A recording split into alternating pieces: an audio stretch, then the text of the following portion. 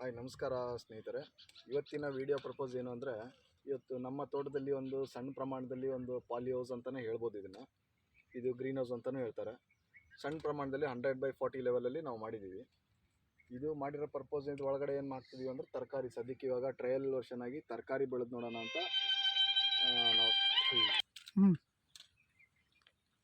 ಅದೇ green house purpose ಮಾಡಿರೋದು. ನಾವು ಪರ್ಪಸ್ ಏನು ಅಂತಂದರೆ, ಈ ಸದ್ಯಕ್ಕೆ ಟ್ರಯಲ್ ವರ್ಷನ್ ಆಗಿ ನಾವೊಂದು ಬೆಳೆ ವೆಜಿಟೇಬಲ್ಸು ತರಕಾರಿ ತೆಗೆದುಬಿಟ್ಟು ಹೇಗೆ ಬರುತ್ತೆ ಗ್ರೋತು ನೋಡೋಣ ಅಂತ ಹೇಳ್ಬಿಟ್ಟು ಒಂದು ಟ್ರಯಲ್ ವರ್ಷನ್ ಸ್ಟಾರ್ಟ್ ಮಾಡಿದ್ದೀವಿ. ಇವಾಗ ಸದ್ಯಕ್ಕೆ ನಾವು ಇದರಲ್ಲಿ 100/40ನಲ್ಲಿ 8 ಬೆಡ್ ಇದೆ. 8 ಬೆಡ್ಡಲ್ಲಿ ಒಂದೊಂದು ಬೆಡ್ ಬಂದುಬಿಟ್ಟು 5-5 ಅಡಿ ಬೆಡ್ ಇದು ನೋಡ್ತಾ ಇದ್ದೀರಾ ನೀವು. ಇದು 5-5 ಅಡಿ ಬೆಡ್ಡು. ಇದರಲ್ಲಿ ಮಲ್ಚಿಂಗ್ ಪೇಪರ್ ಹಾಕಿ ನಾವು ಬೆಡ್ಡಲ್ಲಿ ರೆಡ್ ಸಾಯಿಲು, ಗೊಬ್ಬರ ಎಲ್ಲ ಹಾಕಿ ಮಾಡಿದ್ದೀವಿ. ಮಿಕ್ಸ್ ಮಾಡಿ ಕುರಿ ಗೊಬ್ಬರ ಎಲ್ಲ ಹಾಕ್ಬಿಟ್ಟು ಬೆಡ್ ರೆಡಿ ಮಾಡ್ಕೊಂಡಿದ್ದೀವಿ. ಬೆಡ್ ರೆಡಿ ಆದಮೇಲೆ ಇದರಲ್ಲಿ ನಾವು 4 ವೆರೈಟಿ ವೆಜಿಟೇಬಲ್ಸ್ ಹಾಕಿದ್ದೀವಿ. ಇವಾಗ ಸದ್ಯ ಒಂದು ಬಂದು ನೋಡ್ತಾ ಇದ್ದೀರಾ ನೀವು, ಮೆಣಸಿನ ಗಿಡ ಇದೆ ಒಂದು ಲೈನಲ್ಲಿ. ಅದು ಮಧ್ಯದಲ್ಲಿ ಹೀರೆ ಗಿಡ ಹಾಕಿದ್ದೀವಿ.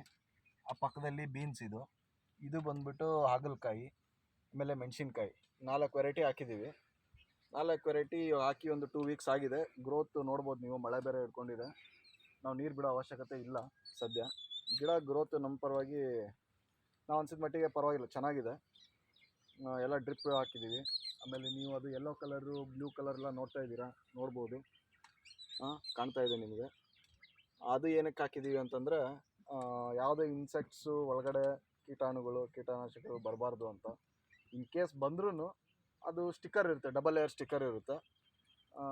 ಡಬಲ್ ಲೇಯರ್ ಸ್ಟಿಕ್ಕರಲ್ಲಿ ಅದು ಫ್ಲೈ ಆದಾಗ ಅದು ಅಂಟ್ಕೊಳ್ಳುತ್ತೆ. ಗಿಡದ ಎಲೆದ ಮೇಲ್ಗಡೆ ಏನು ಕೂತ್ಕೊಳ್ಳಲ್ಲ ಅಷ್ಟೇ. ಇನ್ನೇನು ಇದಕ್ಕೆ ರೋಗ ಬಂದರೆ, ಸದ್ಯಕ್ಕೆ ಇವಾಗ ಮಳೆ ಜಾಸ್ತಿಯಾಗಿ ಶೀತ ಹೆಚ್ಚಾದರೆ ಮಾತ್ರ ರೋಗ ಬರೋ ಚಾನ್ಸಸ್ ಇದೆ. ಅದಕ್ಕೆ ನಾವು ಮೆಡಿಸಿನ್ಸ್ ಎಲ್ಲ ಹಾಕ್ತಾಯಿದ್ದೀವಿ. ಇಷ್ಟರ ಮಟ್ಟಿಗೆ ಇದೆ ಸದ್ಯ. ಎಷ್ಟು ದಿನಕ್ಕೆ ಬೆಳೆ ಕೈ ಬರುತ್ತೆ ಸರ್ ಇದು ನಾವು ಹಾಕಿರೋದು ಇವಾಗ 2.5-3 ಮಂತ್ಸಲ್ಲಿ ನಮಗೆ ಬೆಳೆ ಸ್ಟಾರ್ಟ್ ಆಗುತ್ತೆ. ಸ್ಟಾರ್ಟ್ ಆದಮೇಲೆ ನಾನು ಇನ್ನೊಂದು ವಿಡಿಯೋ ಮಾಡ್ತೀನಿ. ಅವಾಗ ಗ್ರೋತ್ ಹೇಗಿದೆ ಅಂತ ನೀವೇ ಗೊತ್ತಾಗುತ್ತೆ.